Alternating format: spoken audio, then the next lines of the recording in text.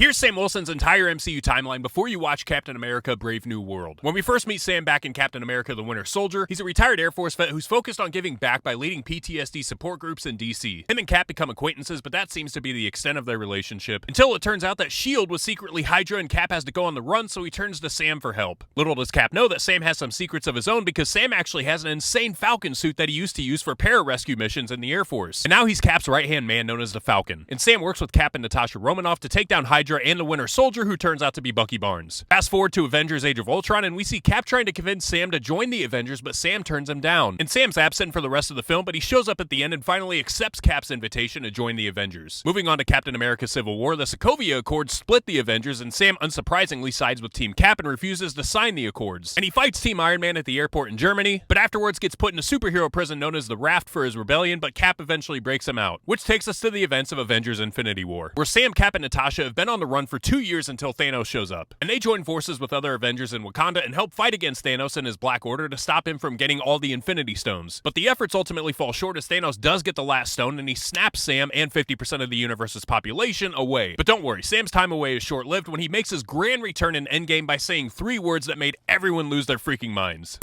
On your left. And at the end of the film, old man Steve Rogers decides to pass on the mantle of Captain America and the S.H.I.E.L.D. to Sam Wilson, which takes us to the events of the Falcon and the Winter Soldier, where Sam heavily wrestles with whether or not he's fit to be Captain America, so much so that he chooses to give up the S.H.I.E.L.D. and allows the government to select John Walker as the next Cap. But Walker turns out to be an absolute train wreck because he has anger issues and straight up hashtags a dude with the S.H.I.E.L.D. for the world to see, so he loses the title of Cap as quickly as he gained it. Sam teams up with Bucky Barnes along with Joaquin Torres to stop Walker. Torres is a friend of Sam's and a member of the Air Force, much like Sam was, and together they all keep Walker from going even more off the rails, and they also stop an extremist group known as the Flag Smashers. After all this, Sam officially takes back the mantle of Captain America, and he does it in style with his brand new vibranium suit, which was given to him by the Dora Milaje from Wakanda. And Sam ends up passing on the mantle of the Falcon along with his wingsuit to Joaquin Torres, and now he's Sam's right-hand man, much like Sam once was to Steve. And this brings us to present day, to the events of Captain America: Brave New World, where we get to find out what's next for Sam Wilson.